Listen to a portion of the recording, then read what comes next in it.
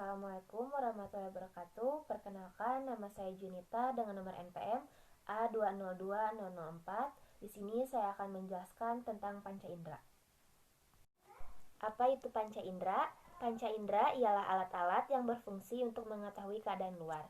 Panca indera terdiri dari 5, yaitu indera penglihat atau disebut dengan mata, indera pendengar disebut dengan telinga, indera pembau disebut dengan hidung, indera pengecap disebut dengan lidah, dan indera peraba disebut dengan kulit.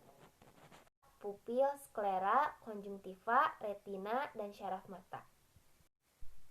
Apa itu indera penglihat? Indera penglihat atau yang disebut dengan mata ialah organ yang bereaksi dengan cahaya dan berfungsi sebagai indera penglihatan.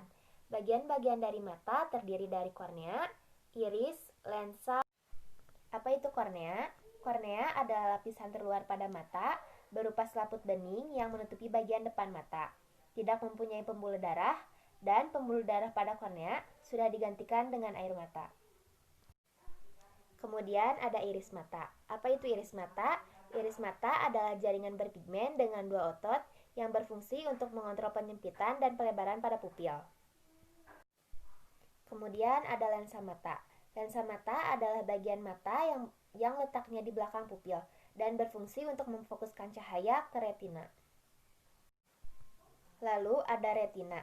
Retina adalah jaringan peka akan cahaya yang kemudian menangkap energi cahaya dan mengirim energi tersebut ke otak sebagai impuls syaraf. Kemudian ada pupil mata.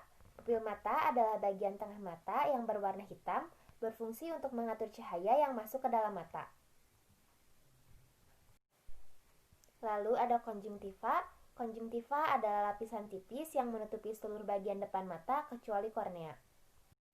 Dan terakhir, pada bagian mata ada sklera. Sklera merupakan bagian putih yang ada di mata dan posisinya menyambung dari kornea dan melapisi bola mata. Kemudian ada telinga. Telinga adalah organ pendengaran dengan fungsi pendengaran dan keseimbangan. Telinga terdiri dari 3 bagian, yaitu telinga bagian luar, bagian tengah, dan telinga bagian dalam. Apa itu telinga bagian luar? Telinga bagian luar terdiri dari auricula atau pina, disebut dengan daun telinga. Fungsinya menampung gelombang suara yang datang dari luar dan masuk ke dalam telinga. Lalu ada meakus acousticus externa atau liang telinga, yaitu saluran penghubung auricula dengan membran timpani. Kemudian ada telinga bagian tengah yang disebut dengan auris media, ialah merupakan rongga udara diisi dengan tulang temporal. Lalu ada telinga bagian dalam atau auris interna, terdapat di dalamnya tulang temporal, dan organ pendengarannya yaitu koklea. Apa itu koklea? Koklea berbentuk seperti rumah siput dengan panjang sekitar 3,5 cm dengan berbentuk spiral. Apa itu hidung? Hidung tersusun dari bagian-bagian dengan fungsi saling mendukung, sehingga menciptakan mekanisme kerja yang baik. Berikut susunan anatomi pada hidung. Ada 2 lubang hidung, yaitu berfungsi sebagai pintu keluar masuknya udara untuk bernafas. Lalu ada bulu-bulu halus. Bulu-bulu halus berfungsi sebagai penyaring kotoran-kotoran yang masuk pada hidung. Kemudian ada silia. Silia berfungsi untuk menangkap kotoran hidung dan mendorongnya agar tidak turun ke dalam bagian-bagian dalam hidung. Kemudian ada dinding pemisah. Dinding pemisah atau yang disebut dengan septum terbuat dari tulang lunak. Kemudian ada dinding hidung. Dinding hidung terbagi menjadi 2, yaitu dinding medial atau disebut dengan dinding tengah, dan dinding lateral disebut dengan dinding bagian samping. Dinding lateral membagi 4 bagian pada rongga hidung menjadi sinus. Terdapat 4 sinus. Pertama ada sinus maksilaris. Sinus maksilaris yaitu sinus terbesar yang berada di tulang pipi. Kemudian ada sinus frontal yang berada di bagian tengah dahi, lalu sinus etmoid di jembatan hidung antara kedua mata, dan sinus sphenoid yaitu di tulang belakang hidung. Kemudian ada lidah. Lidah merupakan indera pengecap yang terdiri dari sejumlah bagian dan memiliki berbagai macam fungsi.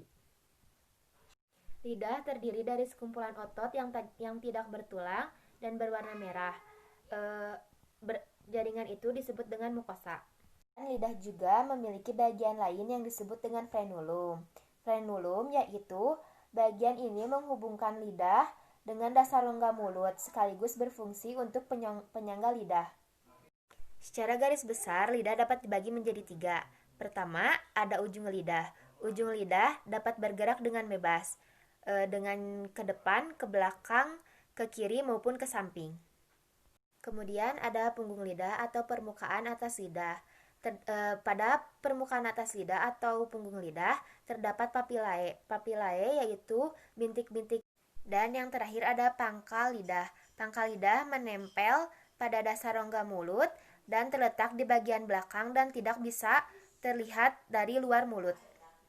Kulit merupakan salah satu organ terbesar pada manusia dan meliputi seluruh permukaan bagian tubuh. Kulit berfungsi sebagai melindungi otot, tulang, dan organ internal.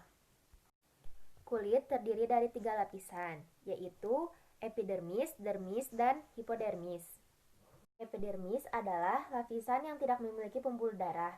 Pada epidermis terdapat beberapa lapisan sel, yaitu stratum corneum, lucidum, granulosum, basale, dan spinosum. Stratum corneum. Stratum corneum terdiri dari sel tanduk keras yang terbentuk dari kreatin dan berfungsi sebagai menyerap air dan melindungi lapisan kulit yang lebih dalam. Lalu ada stratum lucidum. Stratum lucidum merupakan lapisan tipis yang hanya terdapat pada kulit tebal. Lalu ada stratum granulosum. Stratum granulosum yaitu lapisan ketiga epidermis yang berfungsi untuk membentuk sel-sel pelindung pada kulit. Lalu ada stratum spinosum, yaitu bagian-bagian epidermis yang berperan dalam menciptakan keratin. Lalu ada stratum basale. Stratum basale yaitu lapisan terdalam di epidermis yang aktif untuk membentuk sel kulit. Dermis yaitu lapisan kulit kedua dalam struktur anatomi kulit manusia, berfungsi untuk mendukung epidermis dan memiliki struktur yang lebih kompleks. Dan yang terakhir ada hipodermis. Hipodermis berada di bawah bagian dermis dan berfungsi melekatkan kulit dengan otot-otot tulang dan menyuplai pembuluh darah.